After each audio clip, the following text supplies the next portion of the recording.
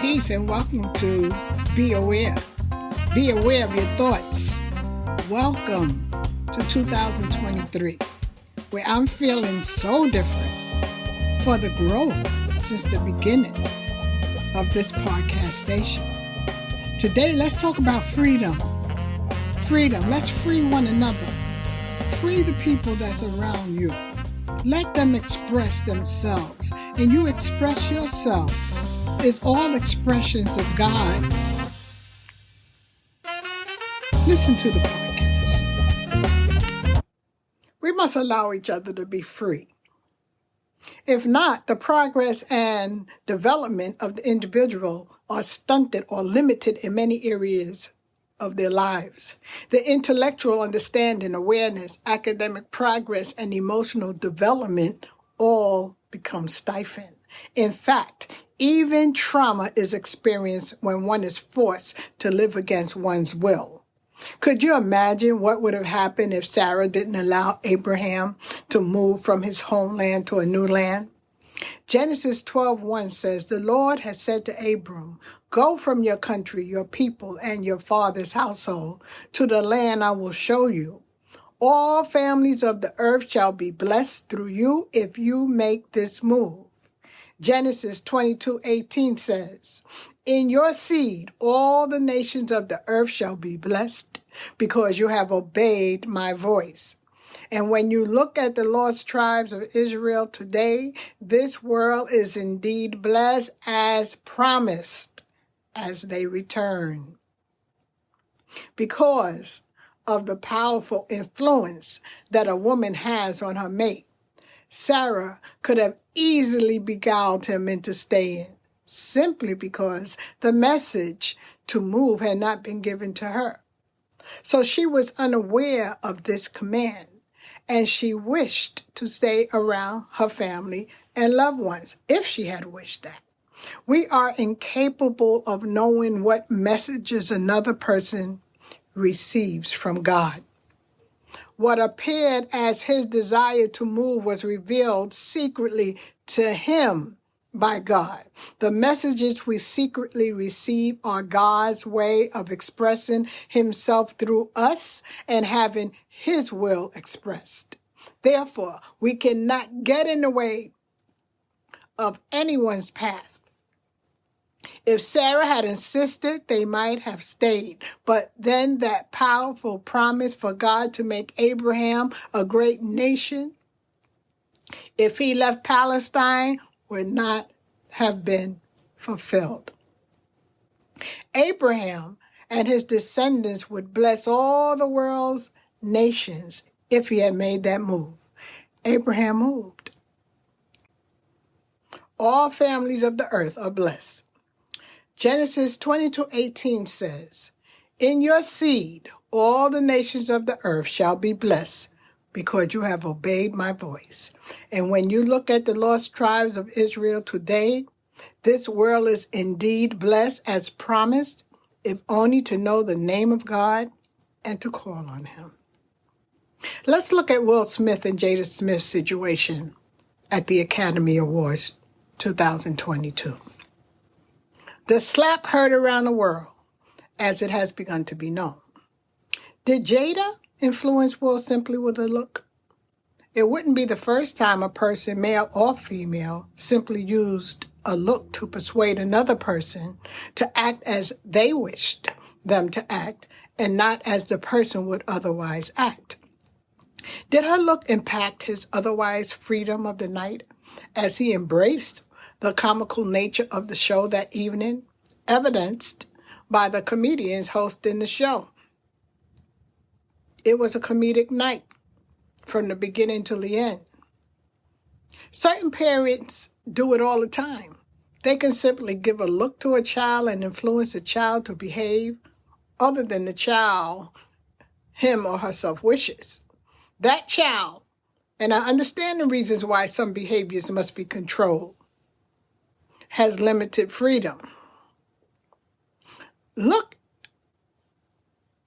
or I should say lack of freedom, shows up between ethnic groups. Because of the culture of America, Many blacks do not express their freedom because there is, in many cases, an understood conduct of behavior that comes from a habitual way of thinking, which has become so embedded that it is a powerful influence on the emotional psyche of African Americans, regardless of their status. It's like an invisible fight or line of defense that's undertaken by all who receives recognition that was once denied in American society. There is always a double consciousness operating, seeing themselves through two eyes, as W.E.B. Du Bois's work in The Souls of Black Folks reads. It's looking at oneself through the eyes and measuring our worth through the eyes of, in America's case, through the eyes of a dominating culture.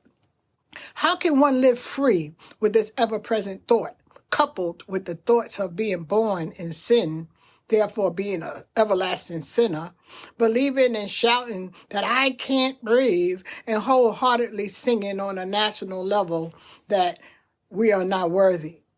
It's no wonder why so many are trapped and depressed and lack freedom. Yes, even in 2023. It's not hard to see. If you have a powerful voice that questions the status quo, and they can affect the masses, they are usually blackballed, silenced, or killed. Look at Martin Luther King and Malcolm X. So freedom of speech is not permitted.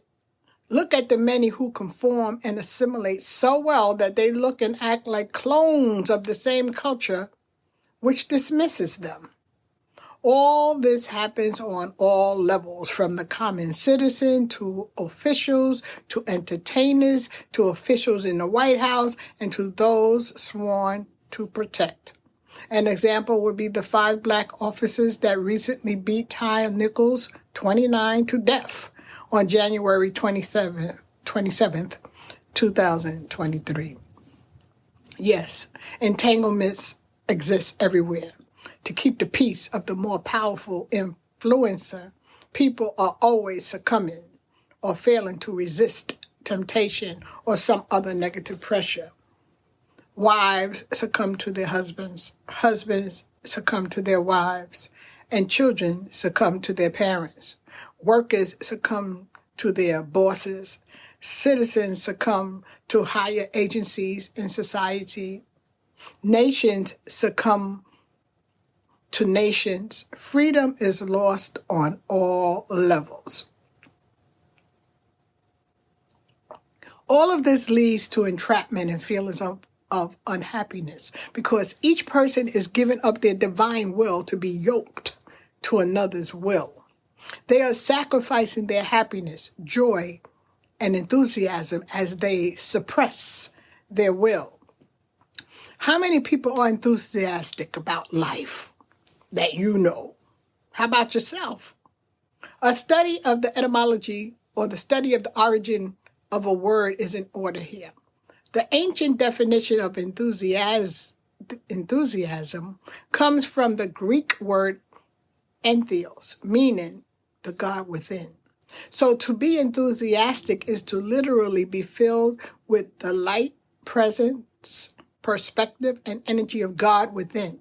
Cian D. Rohan, in her book, The Right Use of Will, says that an individual enthusiasm expresses itself as feelings, emotions, receptivity, intuition, and desire. Yes, feelings are the secret. When we suppress our feelings, we become unhappy. Think about it. Think back. Look back on your life. So how can we make this work for us? It can work if each one lets the other one express what and how they want to express. We can begin with ourselves and then those around us. Do not be afraid that if each person followed their will in your immediate encounters, that there will be chaos. Begin with communing with the Most High and allow God to be your guide. Teach your children about accepting God's guidance through your example and your learning truth principles yourself. God did not mean for mankind to take over the will of another or to rule over one another. Each person is to rule over their own mental kingdom. And every biblical example of a kingdom is meant for lessons on how to do so. So be aware of your thoughts. Let go of believing that you are not worthy. Stop singing that. Stop believing that you can breathe. We can breathe. We can breathe. Don't be afraid of the desires you see within and that arise in you. Begin to learn about intuition and see why it's safe to follow your intuition. And if you must judge anything, judge your feelings. If it doesn't feel right, it's a lie. Still, peace and shalom.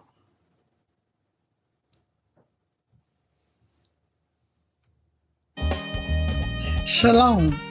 When the student is ready, the teacher will appear. Do you feel trapped at times? Discover a different approach to become aware of your deepest thoughts, because a lot of times that's what's in our way. Listen as I share my stories on my podcasts, my books, and my YouTube channel. Let me share my powerful secrets of 40 years of self-realization so that you can become powerful as well, or more powerful is what I should say as well. Shalom.